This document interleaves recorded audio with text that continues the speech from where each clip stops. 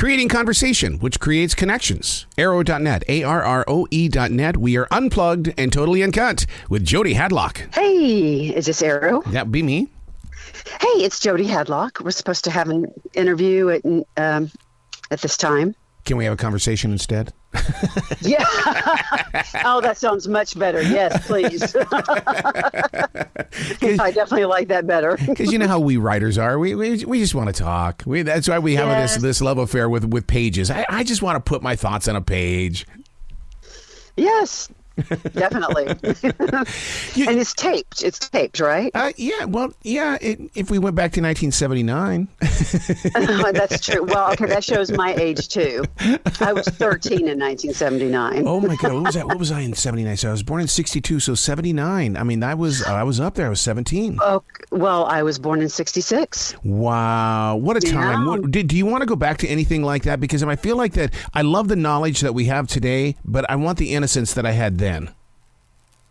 Yeah, life was a bit different back then, wasn't it? Yeah, it sure was. We had teachers that actually believed in writing. Is that where it started for you in school?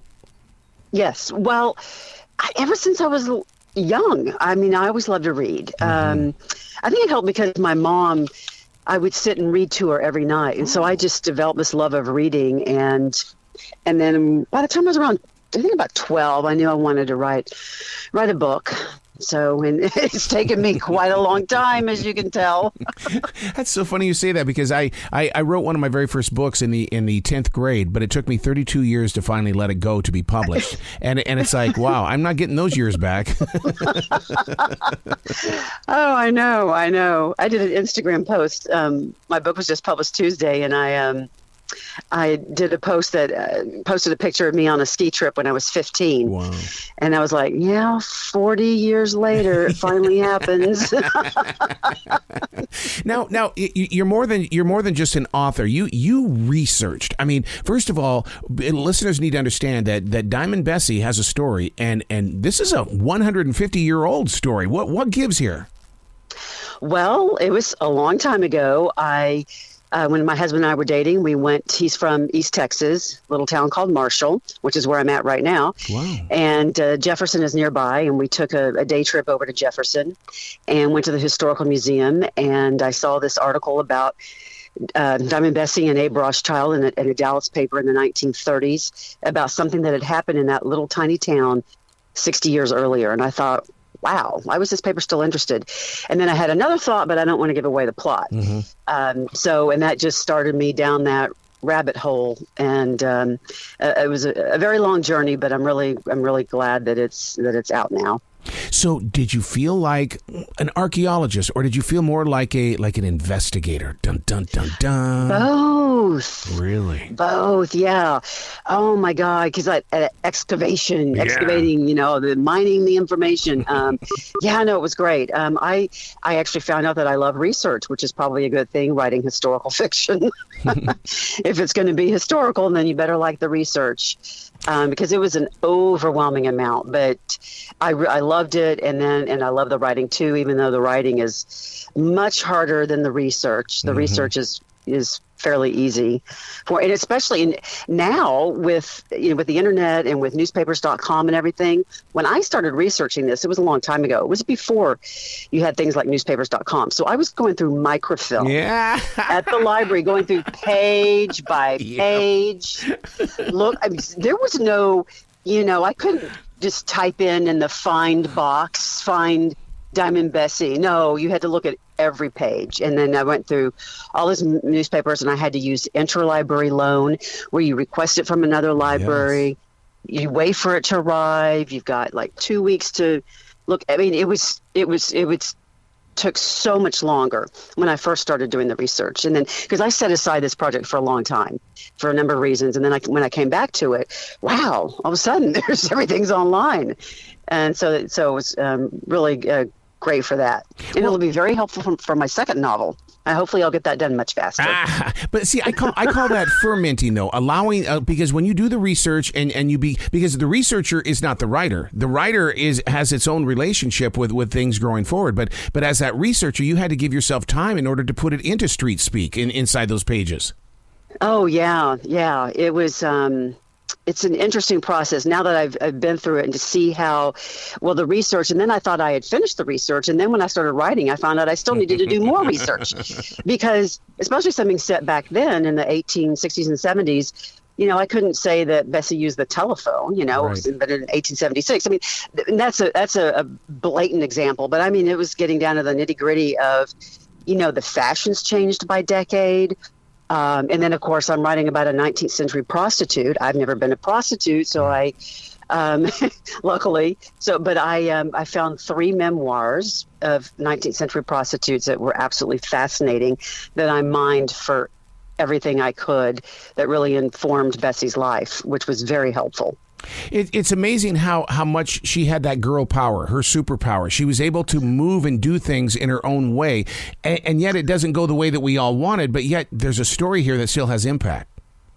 Yes. It's interesting because when I first started working on this story, I thought, I'm focused on Bessie and what happened to her, et cetera. But then there's also the context of what was going on in society at the time. Why did a woman become a prostitute then? Mm-hmm. Looking at those reasons. And then the women's rights movement was, really getting going. So that's, the backdrop of everything. And so it was really... it was fun actually to incorporate all that, because I didn't want it just to be focused on just Bessie and her little world, but the broader world, what was going on around her and how she fit into that. To build up the suspense that you do, how did you build these paragraphs and things like that? Because it's all about engagement. You want your readers to go to the next page. We want to go to sleep, and you're going, no, I got to get one more page inside of me. I had somebody the other day, she posted a review. She said she started reading my book at 7 a.m. and she finished it at 9 p.m. that night. And so that makes me so happy. I mean, I just wanted to write an engaging story. Mm-hmm. And, I'm not out trying to win a Pulitzer or whatever. I mean, I wanted something, a page turner, engaging. I like quick reads, so I think mine I've been told it's a quick read, obviously, if this woman read it and one sitting.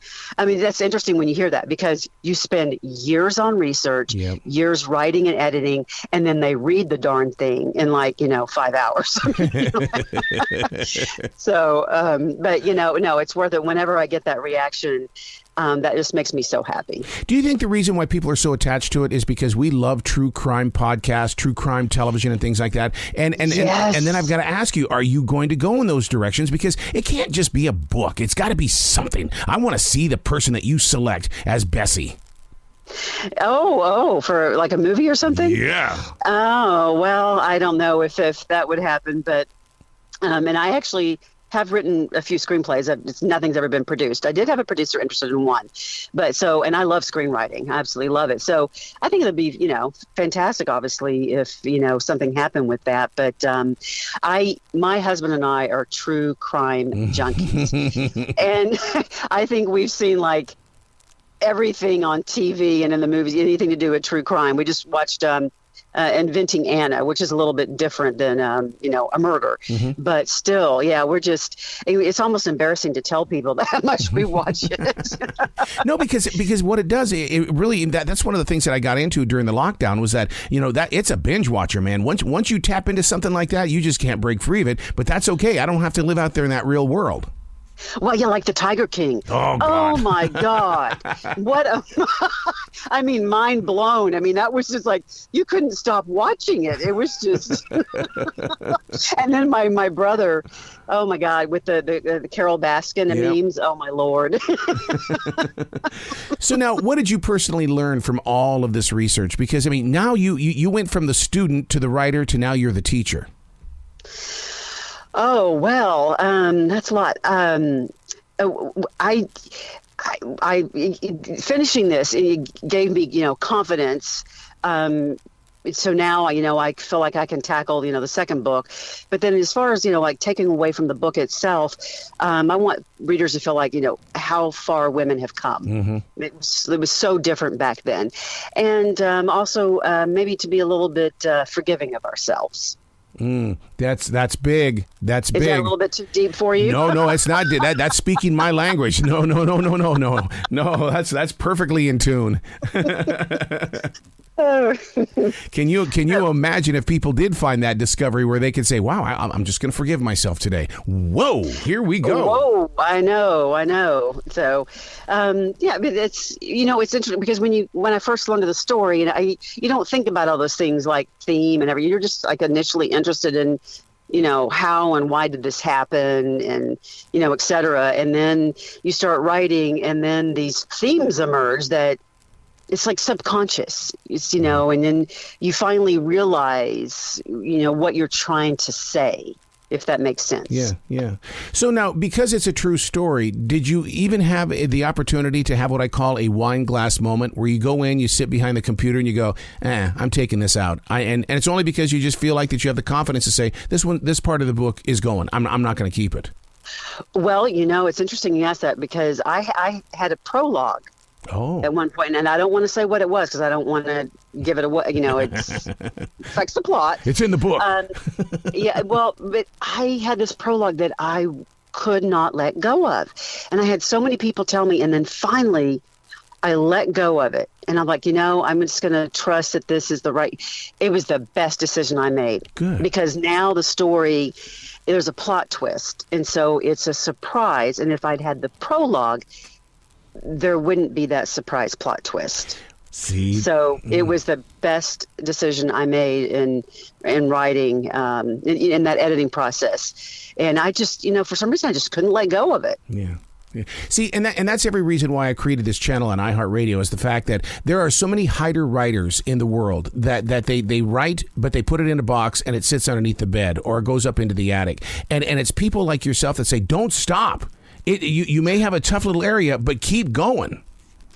Oh, yeah, definitely. That's what last night I was at an event at a bookstore in Longview, Texas, in East Texas. And there was this man I was talking to, and he has 4 manuscripts and he hasn't done anything with them. And I told him, I said, you've got to publish these, whether, self-publish or do hybrid or whatever, try to find an agent. I said, you need to do this. He's written 4 books.